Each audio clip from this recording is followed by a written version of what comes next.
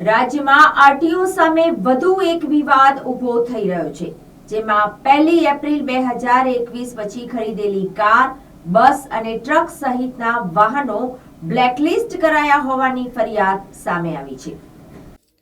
સમગ્ર રાજ્યમાં અંદાજે 9 લાખથી વધુ વાહનો બ્લેકલિસ્ટ કરવામાં આવ્યા હોવાની વિગતો સામે આવી રહી છે। રાજ્યના વાહન વ્યવહાર વિભાગે રજિસ્ટ્રેશન ફી ભરવાની પેન્ડિંગ હોવાનું જણાવીને બ્લોક કર્યા છે તેવી વિગતો સામે આવી છે। કોંગ્રેસ નેતા દર્શન નાયકે મુખ્યમંત્રીને ફરિયાદ કરતા જણાવ્યું કે રાજ્યમાં વિવિધ 9 લાખથી વધુ વાહનો બ્લેકલિસ્ટ કરવામાં આવ્યા છે, જેમાં રાજ્યના મંત્રી મુકેશ પટેલની કાર પણ બ્લેકલિસ્ટ થઈ છે। તેમજ ભાજપ પ્રદેશ પ્રમુખ CR પાટીલના પુત્રની કાર બ્લેકલિસ્ટ કરવામાં આવી છે, તો કોંગ્રેસ નેતા દર્શન નાયકની કાર પણ બ્લેકલિસ્ટ કરવામાં આવી છે। આ મામલે કોંગ્રેસ નેતાનો આરોપ છે કે રાજ્યના વાહન વ્યવહાર વિભાગની બેધારી નીતિ જવાબદાર છે। રજિસ્ટ્રેશન ફી ભરવાની પેન્ડિંગ હોવાનું જણાવી વાહન બ્લેકલિસ્ટ કરવામાં આવ્યા છે, જેની સાથે જ કોંગ્રેસ નેતાનો આરોપ છે કે સત્તાનો દુરુપયોગ કરીને વાહન બ્લેકલિસ્ટ કરવામાં આવ્યા છે।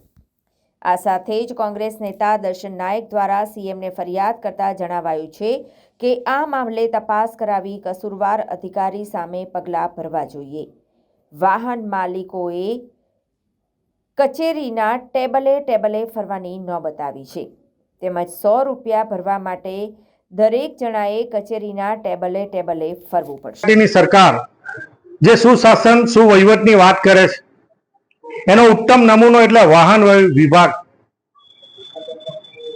ગુજરાતમાં કેન્દ્ર સરકારનો જે પરિપત્ર હતો એ રજીસ્ટ્રેશન માટેનો પરિપત્રનું અમલીકરણ કરવાનું કામ આ વિભાગ દ્વારા સમયસર કરવાને બદલે 1 એપ્રિલ 2021 પછી ગુજરાતના 10 લાખ જેટલા વાહનો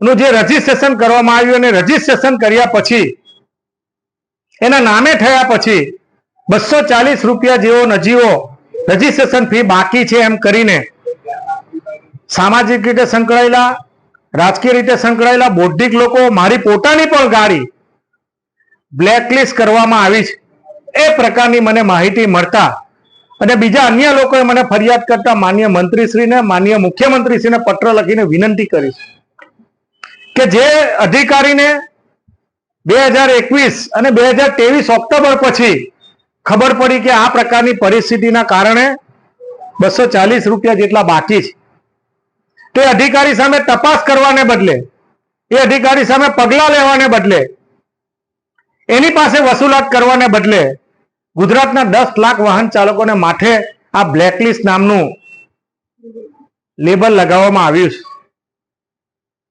આ ગંભીર બાબત છે। આ વાહનથી કાલે ઉઠીને કોઈ અકસ્માત થાય, વેચવું હોય અને કંઈક બીજી પરિસ્થિતિ થાય તેની જવાબદારી કોની?